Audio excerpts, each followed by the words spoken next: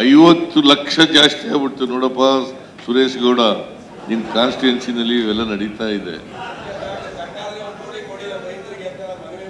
ಅದೆಲ್ಲ ನೀನು ಮನವಿ ಮಾಡೋದು ಇದ್ದೇ ಇರ್ತದೆ. ದುಡ್ಡೇ ಇಲ್ಲ, ಅಭಿವೃದ್ಧಿನೇ ಮಾಡಲ್ಲ ಅಂತ ಏನ್ ಕೇಳ್ತೀಯ ನೀನು? ನಮ್ಮ ಸರ್ಕಾರ ದುಡ್ಡೇ ಇಲ್ಲ ಅಂತ ಹೇಳೋದು ಒಂದ್ ಕಡೆ, ಅಭಿವೃದ್ಧಿಗೆ ಕೇಳೋದು ಒಂದ್ ಕಡೆ. ಎಲ್ಲಿಂಗ ಕೇಳ್ತಾ ಇದ್ದೀರಿ?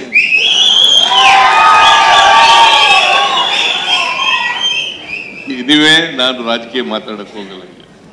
ಈಗ ರಾಜಕೀಯದ ಮಾತಾಡ್ಬೇಕಾದಂತ ಅವಶ್ಯಕತೆ ಇಲ್ಲ.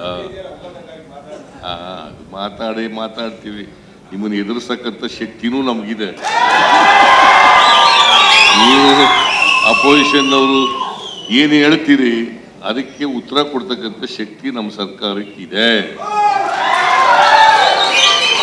ಅದಕ್ಕೆಲ್ಲ ನಾನು 41 ವರ್ಷದಿಂದ ಇದ್ದೀನಯ್ಯ, ಎದುರ್ಕೊಳಕ್ ಹೋಗೋದಿಲ್ಲ.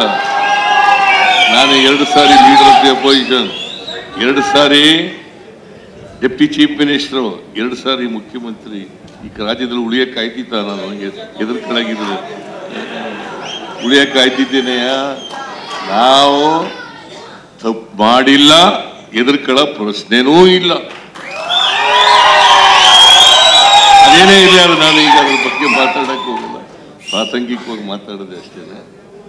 ಈಗ ಎನಿವೆ ಇದನ್ನ ಅತ್ಯಂತ ಸಂತೋಷದಿಂದ ನಾವೆಲ್ಲರೂ ಸೇರಿ ಸರ್ಕಾರ, ಇಡೀ ಸರ್ಕಾರ, ವಿರೋಧ ಪಕ್ಷನೂ ಸೇರ್ಕೊಂಡು ಎಲ್ಲರೂ ಸೇರಿ ಶಂಕುಸ್ಥಾಪನೆಯನ್ನ ನೆರವೇರಿಸಿದ್ದೇವೆ.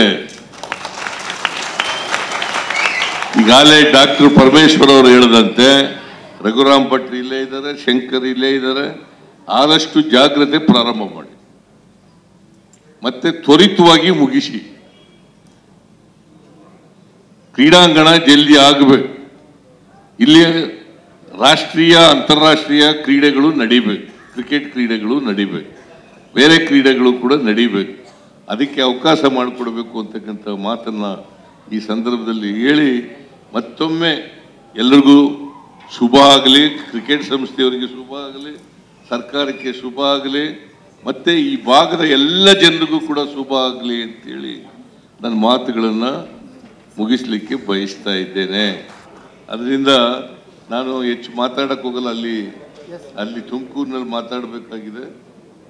ಅದಕ್ಕೆ ಎಲ್ಲರೂ ಅಲ್ಲಿ ತುಮಕೂರಿಗೆ ಬರ್ರಿ, ನೀನು ಬಾರಪ್ಪ.